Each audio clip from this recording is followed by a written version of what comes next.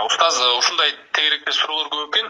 Мусулмандарда эмне үчүн бүгүнкү күндө ийгиликте эмес, капырлар башка динди карманбай эле жашаган өлкөлөр жакшы жашайт, мусулмандар керей жашайт. Мунун себеби эмнеде деген. Ушуга жакын топторуп бир кыскалап айтканда, ушуну тегерек дегил экен да сөздө.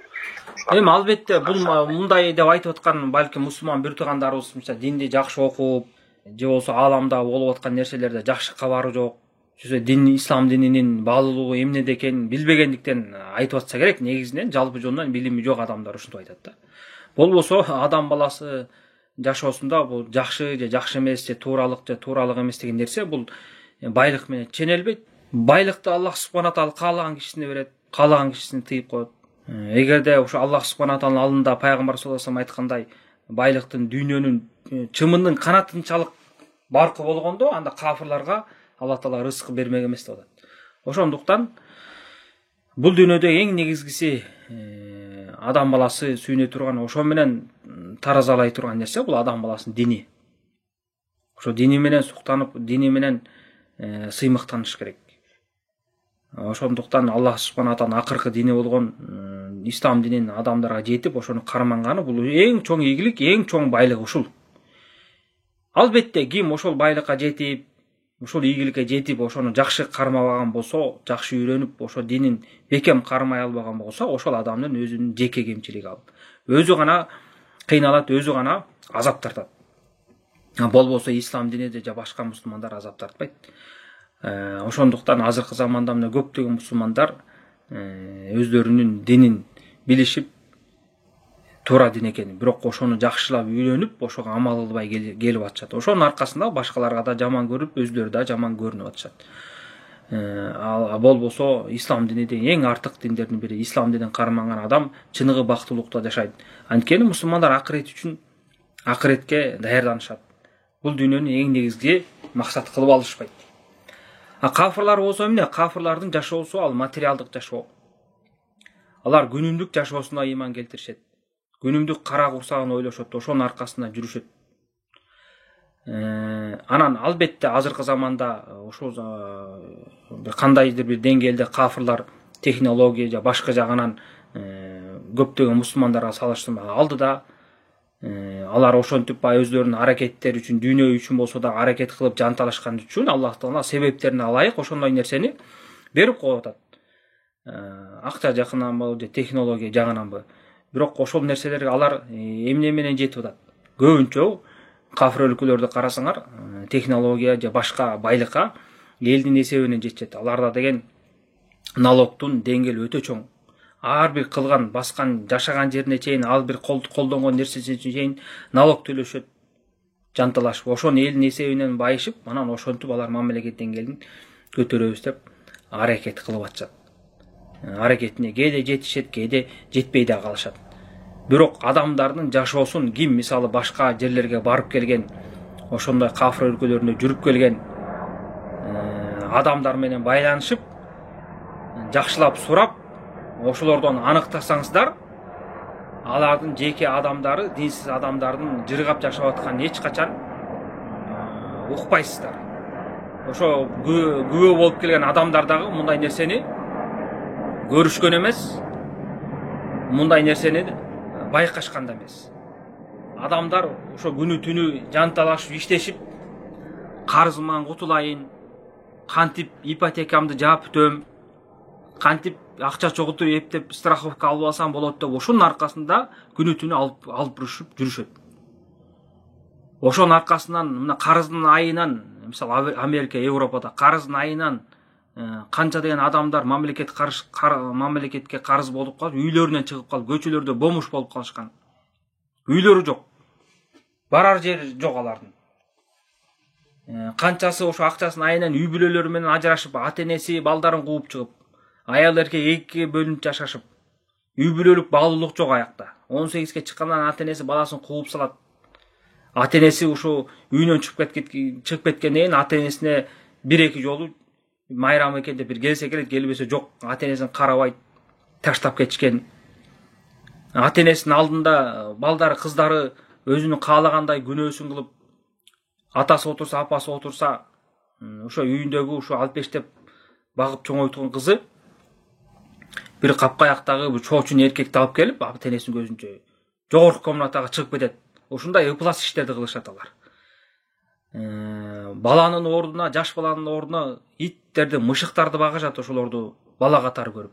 Керек болсо ошол өзлөрүнүн акчаларын, байлыктарын балдарына мурас кылбай, ошо иттерге, мышыктарга мурас кылып таштап кетет. Мына ошентип мына кээ бир адамдар суктанган, акылы жеткен мына кафырлардын деңгээли ушундай. Эми буга окшогон ыпластуу иштер аябай көп. Ошолордун кафыр элдердин статистикаларын окусаңыздар, аякта зынанын, аялдарга болгон зомбулуктун, коррупциянын, адеп ахлактын кеткенин, ичимдик ичүүнүн, алкоголдун, наркотиканын деңгээли канчалык экенин ошону окуп кызыгып көрсөңүздөр, төбө ташты тик тургузган окуялар бар. Аларда деген бүт жашоолору ушу акчага, байлыкка байланышып, үй бүлөлүк дагы, жекелик дагы баалуулуктар жоголгон. Мына ошондой күндө алар тиричиликте күн өткөрүшөт. Бул Алла Тааланын азабы. Алла Тааланын дининен ким жүз бурган болсо, ошондой кыйынчылыкка дуушар болот. Анан алхамдулилля, мусулман өлкөлөрү кедей болсо дагы, көп өлкөлөрү жакыр болсо дагы жашоолору өтүп атат. Кыйналган күндөр албетте болбой койбойт, болбойт. Бирок алар бул жашоодо эмне менен утуп өтүп атышат? Алар ушу ибадат менен Кудай Таалага сыйынып, ачка болсо дагы, кыйналса дагы Алла Таалага ибадат кылып, жакындап, анан акыретине жашап, даярданып өтүп атышат.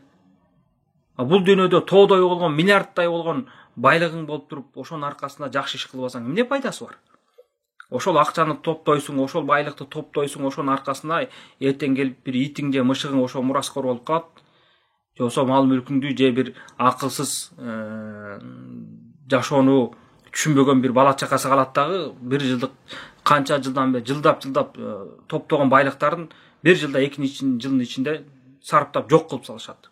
Канча деген байлары, канча деген актерлору, атактуу жылдыздары байлыкка жетишип, эмне кыларын билишпей, наркоман болуп, жаман ыпластарды кылган, ыплас иштерди кылышып, жашоолоруна нааразы болуп, жүрөктөрү кысылып, канчалары өлүп, өздөрүнүн жанын кыйгандар толтура. Мына ошонун баары бул ошо материалдык жашоонун кесепети. Алардын дини ушуга курулган. Бизде ислам бул нерсеге тарбиялабайт. Ислам бизде адеп ахлактуулукка, акыретке кам көрүүгө тарбиялайт. Жана ошондой байлык топтоодон эч качан тыйбайт. Байлык топтоо дейт. Бирок байлыкты эмне топтогондо байлыктын деңгээлин динге жеткирип алба. Байлыгың диндин эсебинен болбосун. Байлыгың жүрөгүңө кирип кетпесин. Байлык топтоп алып сараңданып, жакырларды, карапайым элди эзбегин. Бирөөнүн аркасынан байыбагын, зулумдук кылбаган деп ушул нерсеге үндөйт. Ошо байдым деп эле байлыгыңды арам жолго жумшабагын, жакшы нерселерге жумшагын деп ушул нерсеге тарбиялайт. Мындай нерсени биз көбүнчө түшүнгөн, окуган адам көрөт, мусулмандардан гана көрөт, башка адамдардан көрбөйт. Албетте кафырлардын арасында деле ырайымдуу, жакшы адамдары чыгып калат. Бирөөгө жардам берген, бирок да көбүнчө андай эмес. Ошондуктан мына Европа же башка жерге барып иштеп көргөн адамды карасаң, бири-бирине көңүл бурбайт алар. Аларга жанагынтип чогултушуп садака берип, жардам берген адамдар аз кездешет. Керек болсо кошуна бири-биринин акыбалын сурабайт. Аларды ушундай тарбияга көндүрүп коюшкан, менин жашоом, менин укугум деп. Кичине бир кошунасы кемчилик кылып, үнүн катуу чыгарып койгон болсо, дароо бир милицияга же башка жака кайрылып, аларды бир штрафка жыгып, же бир айыпка жыгып, же бир каматып, ушундай нерселерди кылышат.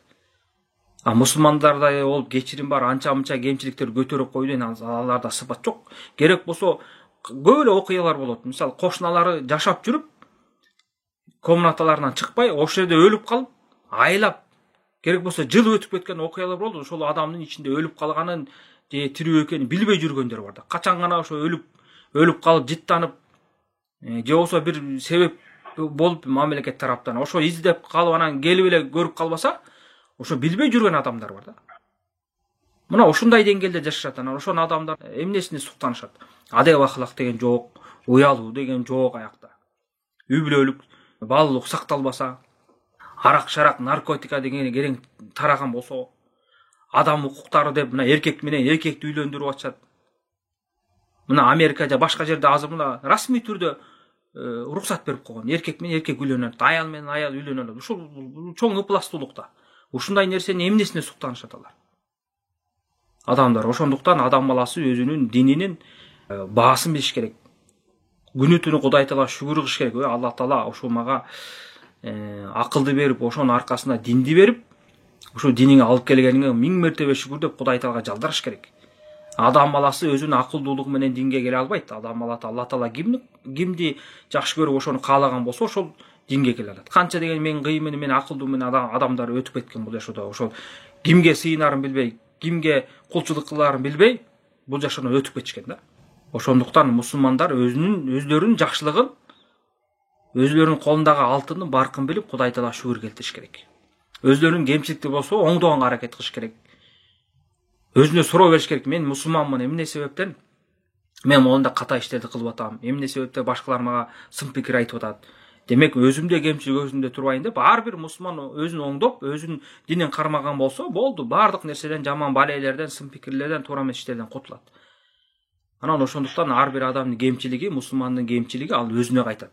Ол исламга кайтпайт. Ошону адам баласы жакшы түшүнүп алыш керек. Аллах субхана таала биз ар бир мусулманга чын динин кармаганга жардам берсин. Акыретте бул дүйнөдө дагы мусулмандардын даражасын көтөрсүн.